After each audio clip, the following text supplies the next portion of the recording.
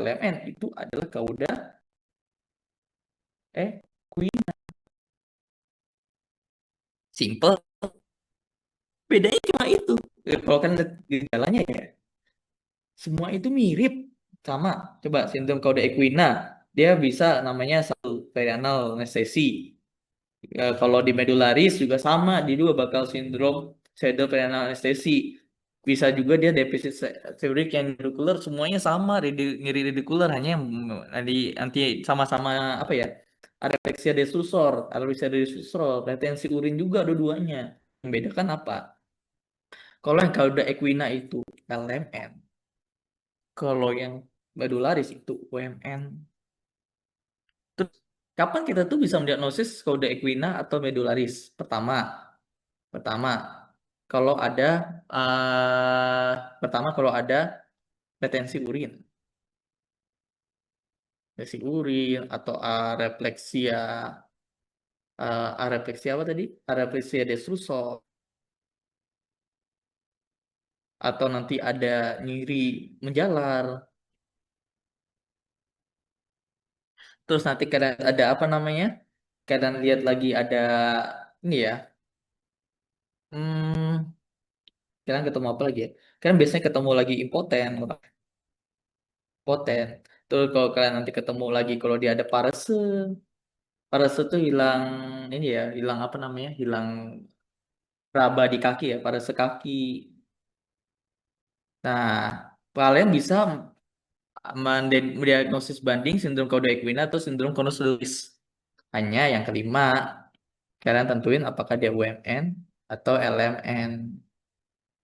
Tuh, biasanya soalnya kayak gini, kayak oh datang pasien didapatkan bahwa dia mengalami aleksia desusor atau retensi urin, dia sering ngompol, terus diketahui dia pernah terjatuh di terduduk ketika dia mau duduk kursi gitu kan, temannya narik dari belakang, terus didapatkan juga bahwa refleks bubble kapenosusnya negatif, terus nanti ketemu lagi namanya sadel anestesia. Nah, ditemukan diagnosisnya apa? Nah, tinggal kita lihat nanti ada clue-clue lainnya. Apakah dia UMN atau LMN? Kalau dia UMN dia Crossularis, kalau dia LMN dia Cauda equina. Selesai. Itu doang kalau yang ini. Gimana ya? Aku bisa sukses. Oh ya. Nah, sekarang kita lanjut lagi ke yang sini.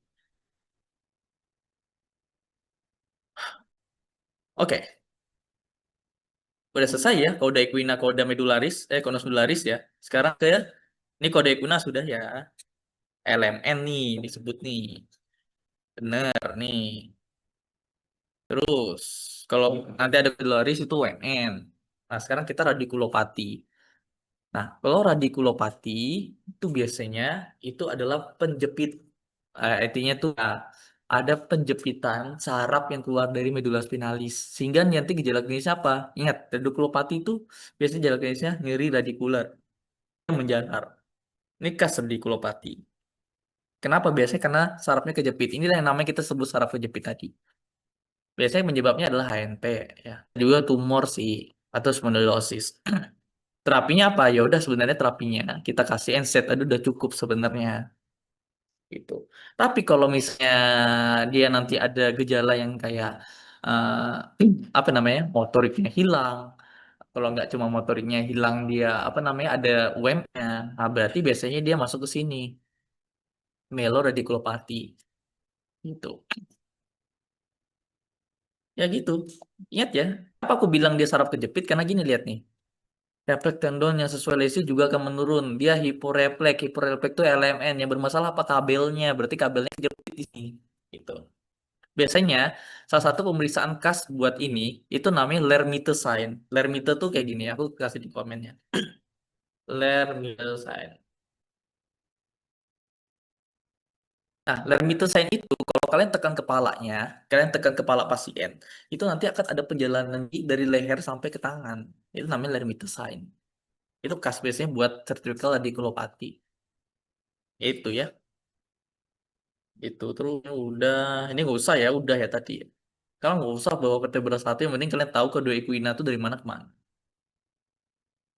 Nih, dia kan sama kan? Dia overflow, adanya ESK. HNP, nih ya HNP itu masuk yang sering keluar. Jadi HNP itu adalah apa ya istilahnya? Jadi HMP adalah bagian nukleus pulposus yang terdorong nukleus pulposusnya terdorong keluar. Jadi dia terdorong keluar gitu kan. Terdorong keluarnya itu bisa banyak, bisa karena dia generatif makin tua ininya, kolagennya makin tua, atau kalau apa namanya, ya apa namanya, intinya makin tua lah ininya, anulus fibrosis itu makin tua, makin, atau dia semakin sering mengalami penekanan dari atas. Biasanya khas nih pasiennya. Pasien datang dengan keluhan nyeri pinggang menjalar. Terus kan dia adalah tukang angkut barang di pasar. Kalau enggak dia sering membungkuk. Dan ketika dia membungkuk dia sakit, tapi ketika dia berdiri dia lebih nyaman. Biasanya itu adalah HMP. Biasanya umurnya tua biasanya. Itu nih HMP. HMP itu golden golden apa namanya? Apa aku lupa sih nama itu istilahnya. Pokoknya golden standarnya adalah MRI, CT, X-ray jangan. Nih lihat ya, kas ya. Kalau dia menunduk, dia otomatis sakit. Dan biasanya kalau kalian ketemu yang namanya lasek positif, jangan ragu kalian langsung stop dia HNP.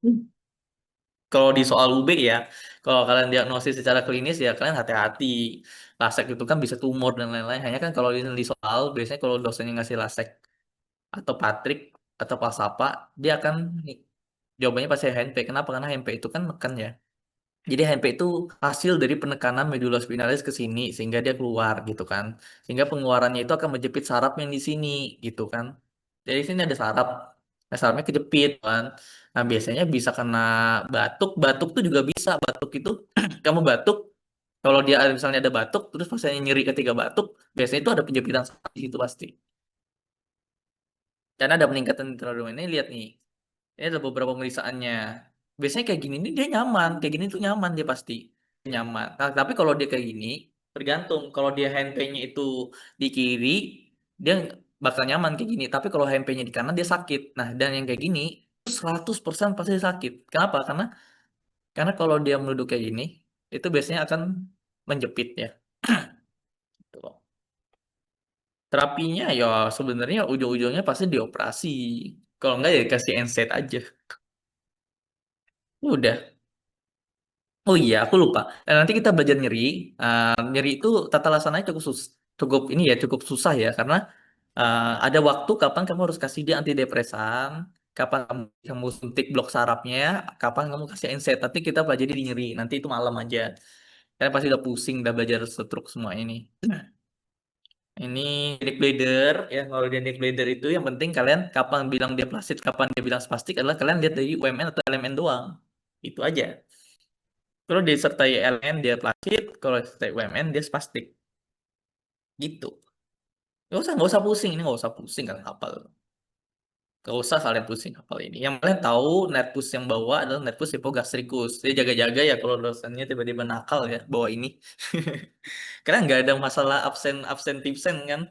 Kalau neuro kalau kalian dapat hadir semua bakal mudah soalnya. Tapi kalau kalian sering ketahuan tipsen bakal susah soalnya. Nah, terus Nervendus. Nah, kalau Nervendus itu buat relaksasi eksternal uretral sphincter. Ini diingat-ingat aja. Kalau hipogastrik yang ini yang buat internal. Ini sebenarnya nggak kuat, tapi ya jaga-jaga aja ya. Aku juga nggak tahu ya. Nggak bukan soal. Nih, kode equina tuh biasanya di sini ya. Kode equina tuh. Kode equina di sarafnya. Jadi di sarafnya sehingga dia lesinya LMN. Tapi kalau konus medullaris itu di nukleusnya. Nanti sehingga dia UMN gak ada yang kontrol. Gitu ya. Ini sebenarnya sudah selesai ya. Ini LS ya. Ini ya udah LS itu yang penting ini. LN LMN-nya terjadi masalah. Sehingga sudah langka ya. Obatnya susah itu mahal banget. Nih, ini pasiennya. Diobati ke Singapura katanya. Udah kita ke neurotrauma. Oh my God, lu masih banyak. Oke, kita ke neurotrauma. Nah, neurotrauma itu yang paling penting adalah yang kalian tahu patofisiologinya ya. Jadi itu neurotrauma itu secara patofisiologinya itu ada tiga. Ya nggak serta merta, oh dia tabrak kepala, oh dia EDH, dia SAH, oh dia SDH, enggak. Jadi ada tiga ya. Dari dasar klasifikasi cedera tuh. Yang pertama adalah komosio. Komosio itu biasanya tidak ada jaringan otak yang rusak, tapi ada kehilangan fungsi. Biasanya yang kayak gini-gini ini adalah amnesia anterograde ya.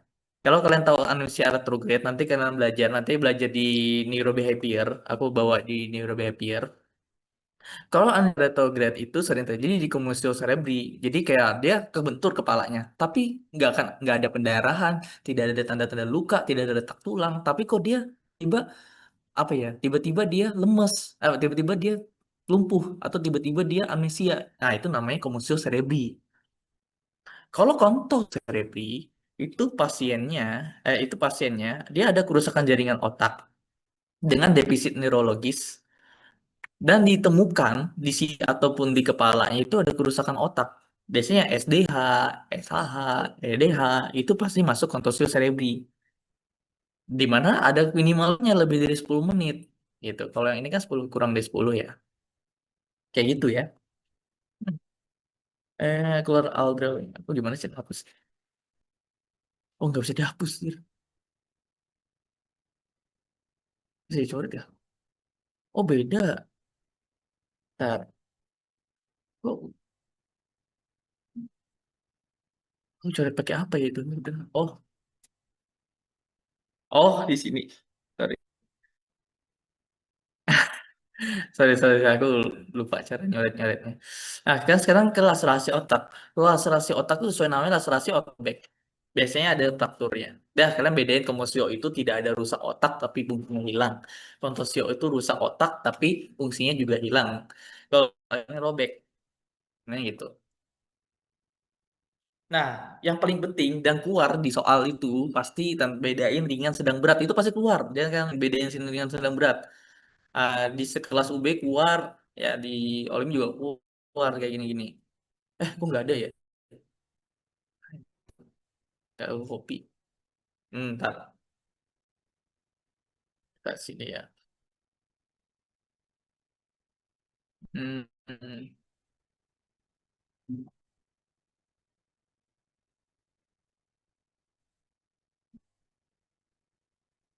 Nggak aku bawa sih. Oh ya nih,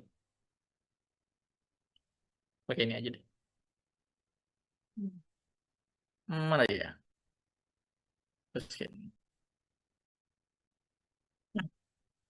Oke, nanti aku perbaiki ya. Jadi ini penting banget. Jadi cara bacanya kayak gimana sih buat ini? Jadi jenis verifikasi cedera itu ada 4. Ini keluar. Jadi di angko rasanya di angko tuh nggak kuat, tapi di azit ada. Jadi agak kampret nih. Jadi pertama jenisnya minimal. Kalau minimal itu semua everything itu normal. Jadi kalau kalian lihat pasien cedera kepala, luar di kebentur. Ini sering sering terjadi. Yang kayak ini komosio ini masuk ke sini. Ya. Bisa minimal di mana GCS-nya masih 15. Kalau kalian lihat di soalnya GCS-nya masih 15 dan CT scan-nya normal, terus ditanya klasifikasi cederanya apa, jawabannya minimal. Nah, terus kalau ringan yang gimana, Mas? Kalau ringan itu biasanya yang ini, yang namanya komosio tadi. Ya, yang komosio ini itu masuk dalam namanya ringan karena dia tuh ini apa ke loss of completion-nya atau masalahnya dia pingsannya kurang dari 10 menit. Dia masuk ke ringan. Iya. Kalau kalian lihat GCS-nya 13 sampai 15, mau event pun 15, kalau dia itu ada sempat kehilangan kesadaran, kurang dari 10 menit, jawabannya ringan. Dan catatan CT scan-nya normal. Kalau dia jenisnya sedang, biasanya ke apa namanya? Dia pingsannya 10 sampai 6 jam, 10 menit sampai 6 jam. Dengan ada defisit neurologi sama dia CT scan-nya abnormal. Jadi BDN ringan dan sedang itu sebenarnya dari CT scan sama dia tidurnya tidak sadarnya berapa menit. Kalau yang berat, dia lebih dari 6 jam. Ini kalian hafal. Cara gampangnya ya sebenarnya kalau kalian pengen gampang, lihat dari catatan dia berapa jam dia bangun gitu. Kalau dia tidak dia bangun terus dia minimal, kalau dia kurang dari 10 menit dia ringan, kalau 10 menit sampai 6 jam dia sedang, kalau dia lebih dari 6 jam dia berat. Simpelnya kayak gitu ya. Terus Mas, kalau misalnya dia itu sadar terus ya, sadar terus tapi CT scan-nya abnormal, itu masuk mana? Masuknya yang sedang. Ya, ingat tuh catat ya. Kalau dia itu ada CT scan abnormal pada kehadiran pada pasien klinisnya LOC-nya negatif, itu dia akan abnormal. Maksudnya yang masuknya yang sedang. Tapi kembali lagi ya lihat GCS. Tapi ya kalau dia lebih jelas, walaupun itu tidak mungkin, tapi itu masuknya sedang. Terus kalau dia misalnya CT scan-nya normal, tapi LOC-nya itu lebih dari 6, dia masuk yang mana mah? Tetap masuk berat dia. Ya, ya tapi mungkin nggak mungkin sih kayak gitu. Tapi biasanya yang sering itu yang kayak gini. Kalau misalnya LOC-nya kurang dari 10 menit, CT scan-nya abnormal. Kira-kira dia masuk mana? Ya jelas dia masuk yang sedang. Karena pada dasarnya pemeriksaan antara ringan dan sedang itu adalah CT scan-nya gitu kan. Misalnya kan, misalnya ini kalian ketemu pasien baru ketabrak dia tuar gitu. Kan hitungin nih, karena nggak mungkin kan nunggu dia bangun sampai 6 jam, mungkin nggak? Nggak mungkin. Tolol kalau kalian nunggu sampai dia 6 jam.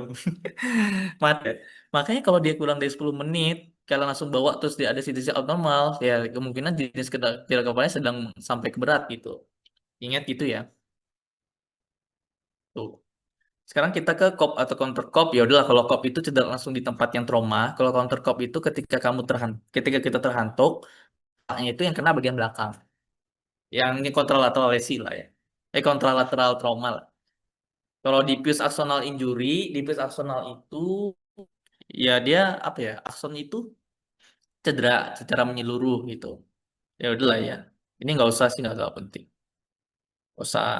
Ah, ya kalau primer injury itu cedera langsung di otaknya. Nanti lama-lama tadi kan kalau dia ada edema dan lain-lain kan terjadi herniasi, peningkatan tekanan otak, otomatis kan nanti dia terjadi namanya secondary injury gitu. Jadi secondary injury itu akibat komplikasi daripada primer. Dan ada dua mekanisme, brain damage sama brain insult. Kalau brain ini diingat ya, ini kuat. Kalau brain damage itu biasanya dia tuh langsung ya, langsung daripada damernya itu akan langsung menghasilkan namanya secondary brain damage. Misalnya kan dia cedera nih.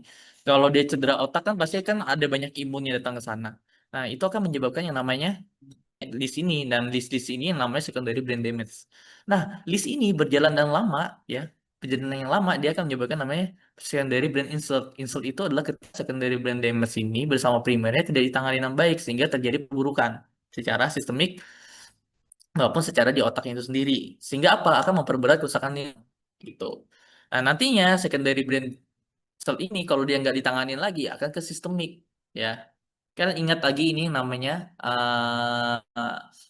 ya, ingat apa itu? Aku lupa namanya. Aku lupa nama sindromnya. Nanti deh. Nah, nanti kalau dia nggak tangani ya akan sistemik. Ini jawabannya. Nggak usah dihafal sih sebenarnya. Yang penting kalian tahu ini nggak usah, nggak usah. Ini yang penting adalah mana yang tidak boleh dilakukan pada orang cedera cervical. Yang tidak boleh orang cedera cervical kan jauh trust. Itu nggak boleh. Healthy itu nggak boleh gitu kan. Chin lip tuh nggak boleh gitu. Rasanya, yang boleh itu cuma jauh trust deh. Kalau cervical tuh cuma jauh trust. Itu diingatnya nggak usah, nggak usah. Kemarin tuh kalau soal yang ini tuh lebih keluarnya masalahnya lebih ke tata laksana awal. Kalau tata laksana awal apapun itu, kalau dia trauma, penurunan kesadaran, jawabannya pasti ABCD. Ini set ABCD. Tuh ya. Ini nggak usah nih nanti semester 7 kalian belajarnya. Ini jauh trust kalau dia cervical trauma ya. Ini nggak usah, nggak usah, nggak usah, nggak usah, nggak usah. Nggak usah. Ini dimasuk-masukin aja. Ah, ini nggak usah, nggak usah, nggak usah. Nggak usah, nggak usah. Ini nggak usah ya. Udah tadi ya. Ini udah tadi ya. Ini udah ya. Ini. Oh iya, ini catat ya kalian. Ini kan nggak ada ya, kan pasti nggak dijelasin dan mungkin bisa keluar. Jadi ada syarat bahwa pasien itu terintubasi. Jadi pasien tuh boleh diintubasi ketika GCS-nya kurang dari 8. Ya, GCS ah kurang dari gini, gue ketik aja. GCS kurang dari 8 baru boleh intubasi. Nah, kalau dia lebih dari 8 nggak boleh diintubasi, sakit soalnya. Nah, makanya ada syaratnya juga yang ini. Nggak tahu ya, jelasin atau enggak. Keluar bisa enggak sih, itu tergantung dosennya. Oke, ini sudah yang ngasih tadi udah tak jelasin ya, kesadaran. Ini nggak usah. Nah, linear tuh yang penting dia raja. Kompresi nggak usah. Ini nggak usah. Oke, ini yang penting. Jadi, jadi di sini ada namanya basis kranii. Jadi di di tulang tengkorak kita itu ada namanya basis. Nah, namanya itu basis kranii. Nah, di basis kranii itu bisa trauma dan trauma itu kas-kas ya. Nah, misalnya anterior. Suatu basis kranii anterior, kalau dia kenanya, namanya juga anterior. Kita lihat struktur anatominya, bentar ya. Anatominya, share-nya yang ini aja screen-nya.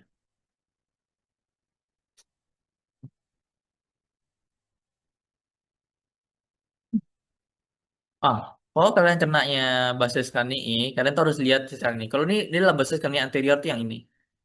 Yang ini. Kalau batu terjadi batu di sini, kalau terjadi batu di sini, kalian harus ingat apa aja yang di atas basis kranii anterior. Yang pertama adalah ada mata, ya, ada mata, ada hidung. Nah, ada apa? Sehingga nanti kalau kalian lihat manifestasinya itu pasti, hmm, nggak salah.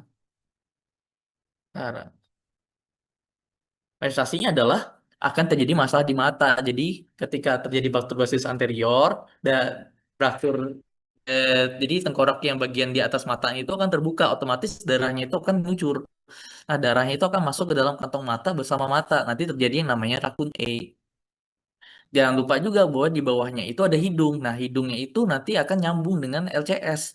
Sehingga nanti LCS itu yang nyampur dengan darah itu akan namanya halosign. Ya, halosign itu adalah cairan LCS yang keluar dari hidung misalnya. Ingat ya, dua kas ini kalau kalian ketemu ini dengan ini secara bersamaan, jawabannya adalah fatobasis kardinia anterior. Ini namanya rakun A. Terus kalau kalian nanti ketemu ya yang ini, kalau kalian ketemu namanya otore, keluar dari telinga dia, cairan LCS keluar dari telinga, atau nanti kalian ketemu batu sign itu kayak apa ya, tanda koma di belakang telinga, di bagian temporal, itu nanti jawabannya yang media, gitu. Sama mungkin ada kelumpuhan Nepus 7 atau 8 gitu. Kalau ini nggak usah, ini jangan, nggak mungkin. Kalau posterior biasanya meninggal, biasanya jarang-jarang ketemu Om. Ini biasanya kalau orang sudah kayak gini meninggal dia. Makanya disebut sini kematiannya ya itu. Praktek satu sik nggak usah, laktosum nggak usah, desase nggak usah. Desase itu biasanya praktek ini ya di suturanya. Impresi. Itu adalah motoma. Sudah saya ingatnya yang penting kasnya adalah adanya sign. Kalau nggak lemon sign dia tipenya yang bicomplex ya. Nah ini kan bicomplex dia. Itu. Pex. Bicomplex, bicongkap ya. Ada itu. Campex. Nih, biasanya juga dia di secara ininya, secara apa namanya riwayatnya dan namanya interval. Jadi kalau lucid interval itu nanti pasiennya sadar, pasiennya tidak sadar, terus dia bangun terus sadar. Kalau udah ketemu lucid interval dia pasti EDH. 98% dia pasti EDH gitu kan. Gak usah di CT scan dia sudah EDH. Nih, cembung dia kayak lemon sign gitu, kayak tanda lemon.